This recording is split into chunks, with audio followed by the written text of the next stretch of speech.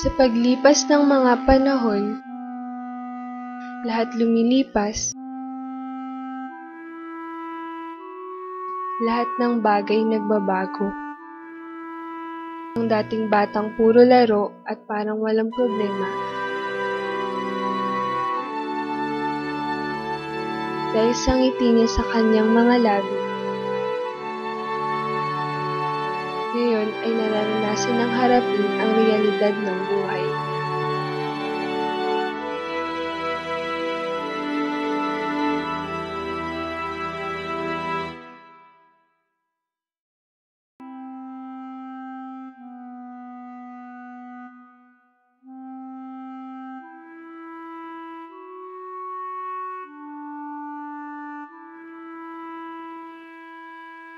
Natuto siyang magbanat ng buto.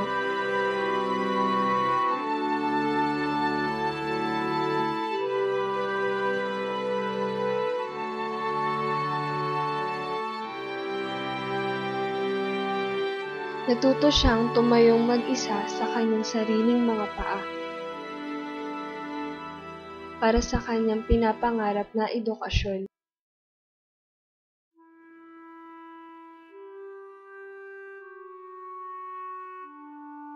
Ng pagsumikapang abutin ang minimithing pangarap.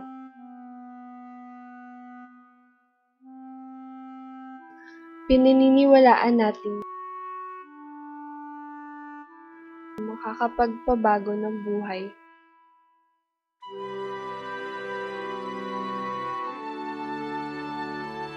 Sa malayong lugar sa Bulacan, nakatira si Nena. Ang dalagang maraming pangarap sa buhay.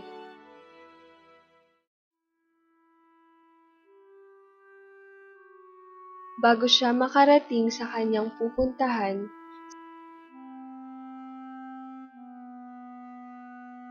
sinusuong niya ang maputik at makikiting na pilapil sa kabukiran. Napuputikan at nadudumihan man ang kanyang paa, pero para sa kanya, sayong sa simpleng bagay na masasabi niyang paghihirap, ngunit mapapalitan ng tagumpay. Anong pangarap mo? Simple lang po. Makaahon sa kahirapan ng pamilya ko.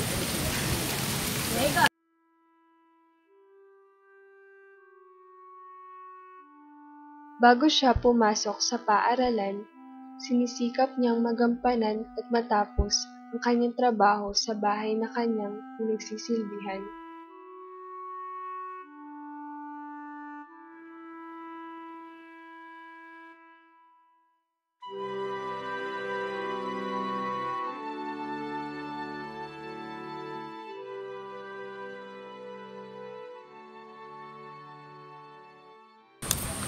Paano mo natutugunan ang mga pangangailangan mo? Nagtatrabaho po ako sa bayan. Nangangasambahay po ako dun. Minsan po, stay in. Tapos, minsan, sumasama rin ako sa bukid dun kila kuya. Tapos yun, nakakakuha na ako ng pang tuition ko kahit sa kalahating semester lang. Tapos yung mga pambaon ko po, dun ko na lang din po kinukuha. Kahit po naglalakad ako papuntang universidad namin. Sinisikap niyang kayanin ang hirap ng mga trabaho, matustusan lamang ang kanyang pag-aaral.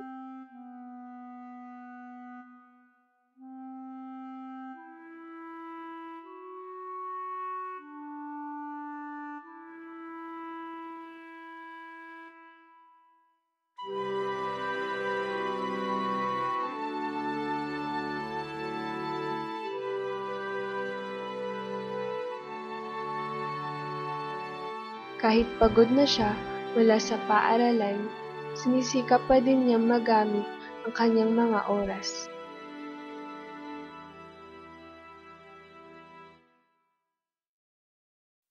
Wala siyang sinasayang na sandali.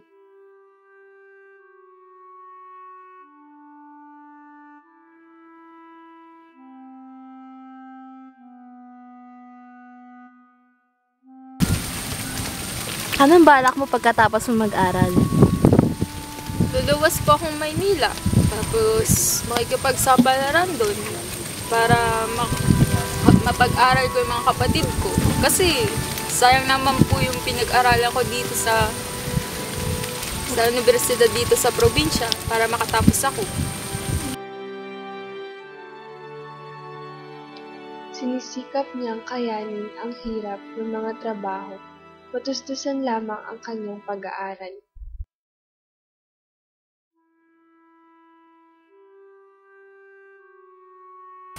Yung mga magulang mo, ano yung hanap buhay nila? Si tatang po, nagsasaka.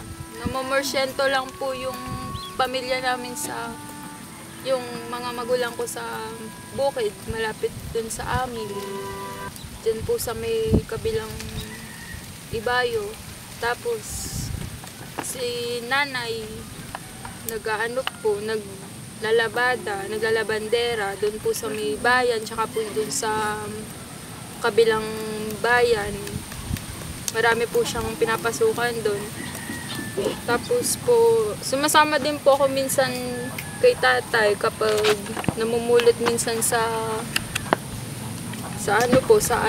tuwing anihan po, namumulot na lang po ako ng doon sa palay. Tapos si nanay po, kapag bakasyon po, naglalabada po ako. Sinasamahan ko rin po siya. Kapag po may sakit po siya, ako na lang po. Tapos yung kapatid ko pong sumunod sa akin yung sumasama sa kanya paglalabada. Masikap at matyaga talaga si Nena. Sa lahat ng bagay, hindi niya ginagawang dahilan ang kahirapan para ihinto ang lahat ng kanyang nasimulan.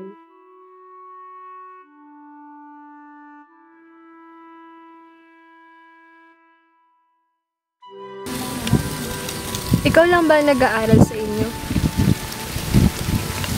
Ano po, si kuya po, huminto po ng first year high school para po makapasok po ako ng high school. Kasi po, grade 6 po ako nung nag-high school po siya eh. Tapos, nung second year po, hindi na po siya nakapasok. Tapos po, yung isa ko rin pong kuya, huminto rin po para makapasok po kami dalawa ng kapatid ko nung sumunod sa akin. Pero po, huminto rin po yung kapatid kong sumunod sa akin eh. Tapos po, sila, yung pang 5 ko pong kapatid, hindi na rin po nag-aral kasi po, tinatamad po ata, gusto na lang po magtrabaho. Bali po, kami na lang ng bunso kong kapatid, yung nag-aaral ngayon. Yung bunso ko po kapatid, nasa elementarya pa lang po, nasa ika-4 na bait lang. Kumusta na may estado ng pamilya nyo? Ano po, trabaho naman po kami lahat. Bukod po yung Hirap iba ng kong buhay, kapatid, yung nagawa tatlo niya kong lalo kapatid, maging matatag at nasa lalong pagsulita bahay lang po, papabuti katulong ni lahat ng gusto, nanay. pangarap ni sarili. Tapos po, Dahil sa iba po sikap at tiyaga niya, sasaka po Malayo na si kami dito. tatang. Tumutulong rin po dun sila kuya, yung dalawa ko pong kuya. Tapos, yung sumunod kong kapatid sa akin nasa bayan din po, namamasukan. Tapos po, minsan nagkikita-kita rin po kami ng mga kapatid ko na dalawa po kasing namamasukan sa bayan yung na kapatid ko. Tapos po ako minsan nag-i-stay in nga po ako doon. Tapos pinupuntahan ko na lang po sila kapag meron pong bakanting oras lang hindi po ako nagtatrabaho, hindi po ako nag-aaral. Tapos po yun. Bakit yun ang kinuha mong kurso?